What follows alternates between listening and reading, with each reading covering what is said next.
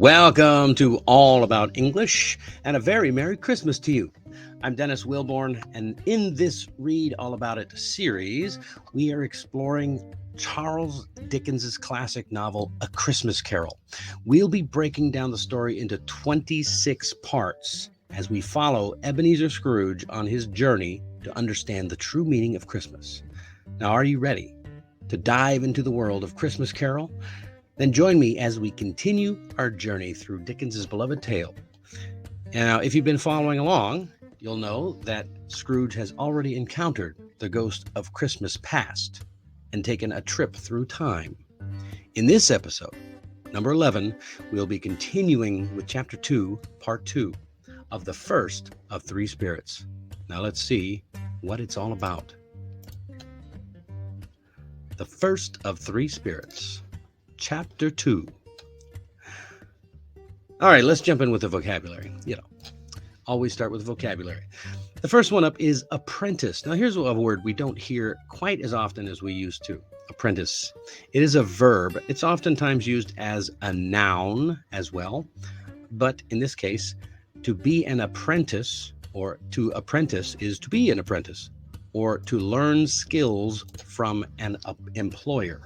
Oftentimes we call that intern or to be an intern, depending on the type of work you're doing. Apprentice is more of a skilled labor type of job. So if you have an apprentice or if you are apprenticing, you're learning some type of skilled labor. Like this guy, when he was young, my father apprenticed as a carpenter. My grandfather apprenticed as a plumber many moons ago. And so the next one up is wig. Wig, a noun, a piece of artificial hair that is worn on the head. Yeah, isn't that weird? No, actually, that should be pretty commonly understood. Mostly women wear them nowadays, but back in the Victorian era, men as well as women, but actually probably mostly men, wore wigs. Have you noticed that Jim started wearing a wig to hide his bald spot?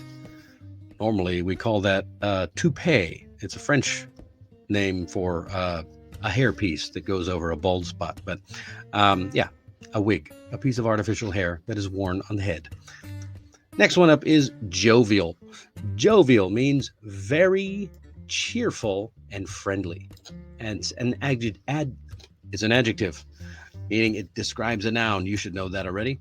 A jovial young man greeted us when we arrived at the airport, or at the hotel, Jovial, very cheerful and friendly. Do you know anybody who's jovial? Can you think of anybody who you know who's kind of that cheerful, friendly guy?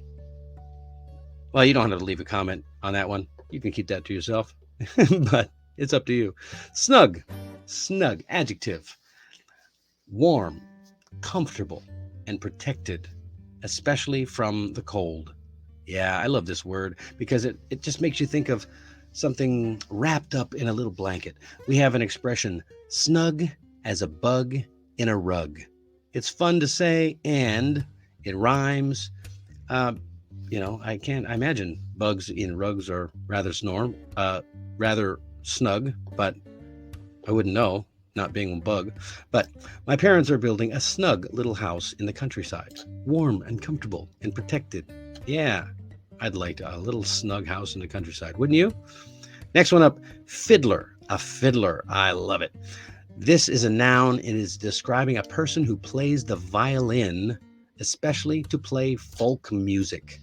Yeah, another name for violin. Many people in the South, in the US and in the UK and other places might refer to a violin as a fiddle, especially if it's playing folk music.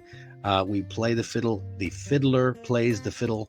There's a great song called "The Devil Went Down to Georgia." You should hear it. Look it up. You'll love it. It's a great song about a fiddler.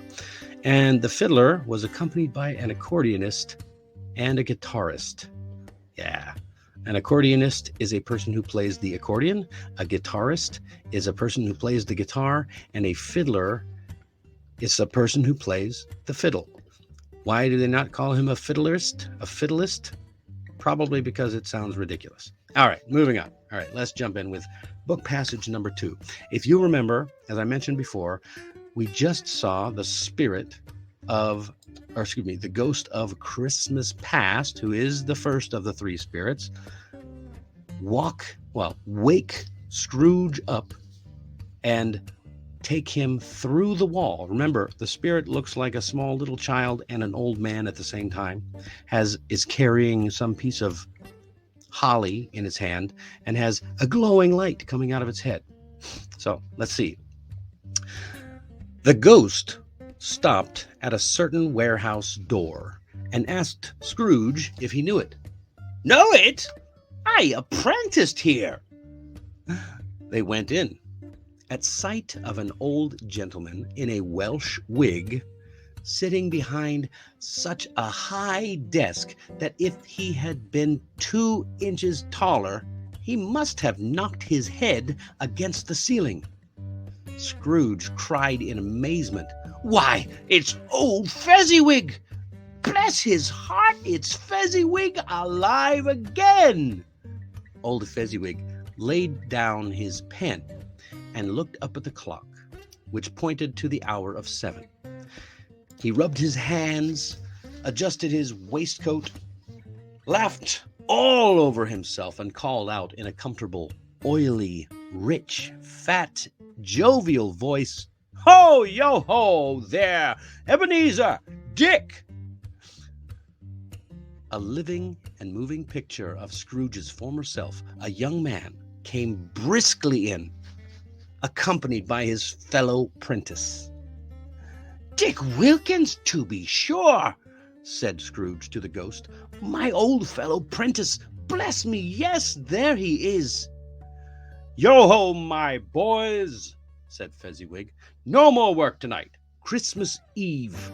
Dick, Christmas. Ebenezer, let's have the shutters up before a man can say Jack Robinson. Clear away." There was nothing they wouldn't have cleared away, or couldn't have cleared away, with old Fezziwig looking on. It was done in a minute. Every movable was packed off as if it were dismissed from public life forevermore.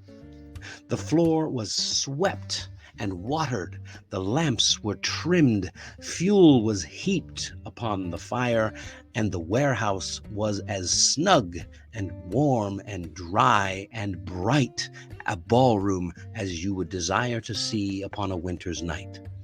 In came a fiddler with a music book and went up to the lofty desk and made an orchestra out of it. In came Mrs. Fezziwig, one vast, substantial smile. In came the 3 Miss Fezziwigs, beaming and lovable. In came the 6 young followers, whose hearts they broke. In came all the young men and women employed in the business. In came the housemaid with her cousin the baker. In came the cook with her brother's particular friend the milkman. In they all came, one after another, some shyly, some boldly, some gracefully, some awkwardly, some pushing, some pulling. When this result was brought about, old Fezziwig clapped his hands to stop the dance, cried out, "Well done!" And there it is, to stop the dance. Well done. What a strange and exciting change in the story. Up until now, it's been rather dark, and we've never seen much emotion from Scrooge other than growling and bitterness, right? So let's see, where did the ghost bring Scrooge? He took him to his old job. Yeah, his first apprenticeship, the first place where he apprenticed to learn his trade. That's right. He took him to the warehouse of old. Oh yeah, let's go. Who were the first 2 people that Scrooge recognized? Who were the 2 people that he recognized first? The first one I was about to say, old Fezziwig, who was wearing a wig, and the other boy, and I can't remember his name, Dick. Yeah, that's right. His old boy, Dick Wilkins. Dick Wilkins. For those of you who don't know, Dick is a nickname for a person named Richard. Dick is a nickname for a person named Richard, as is Rich and Rick. So if you ever hear someone named Richard go by the nickname Rick or Dick, it's totally okay. It's not an insult. I used to think it was when I was a kid, but it's not. All right. And what did Fezziwig ask the boys to do? Yeah, it was a strange expression, one that we might not hear or use these days, but he told them no more work tonight, right? But then he said, let's have the shutters up before a man can say Jack Robinson. Now, you'll have to look up Jack Robinson. I encourage you to ask questions all the time, and that's one of those questions. Who the heck is Jack Robinson, and why would I want to say it? But let's get back to the question. He asked them to have the shutters up. What are shutters? I don't think it was in the vocabulary. So a shutter is something you close the windows with on the outside of a house. It's very uncommon these days, but in those days, windows had shutters to shut, to block wind and storms. So having them up means you open them.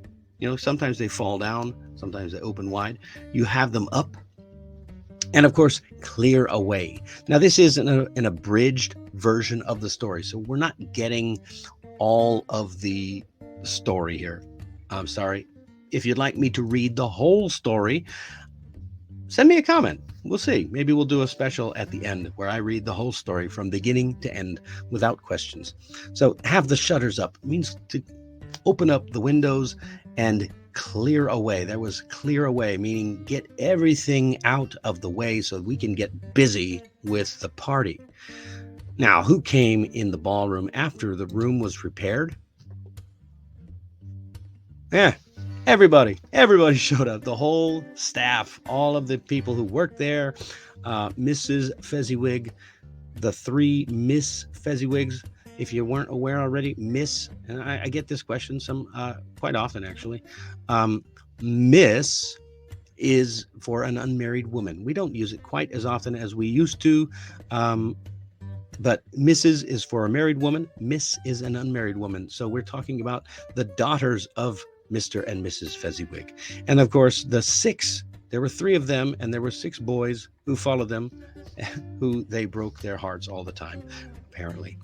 And of course, the housemaid and all of the other people involved with the business were there. What a great party. It sounds like a lot of fun. Have you ever had an office Christmas party? Does it sound nearly as fun as that with the dancing and the fiddle? All right, let's move over here. We've got the questions with the vocabulary. There's the word shutter. Yeah. Boldly.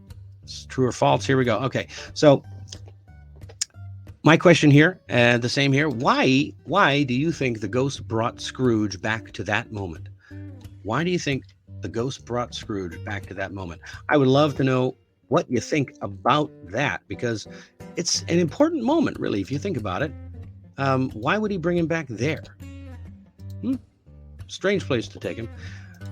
Let me know. Leave a comment down below. And don't forget to come back a little bit later today to see the next part. We'll find out where the ghost takes him to next. And I will see you later today. Merry Christmas. Thanks for joining me on this reading of A Christmas Carol by Charles Dickens. And if you want to continue the story, just click on the box right over there. I am always grateful for your support, so please remember to like and subscribe for more from All About English. Merry Christmas.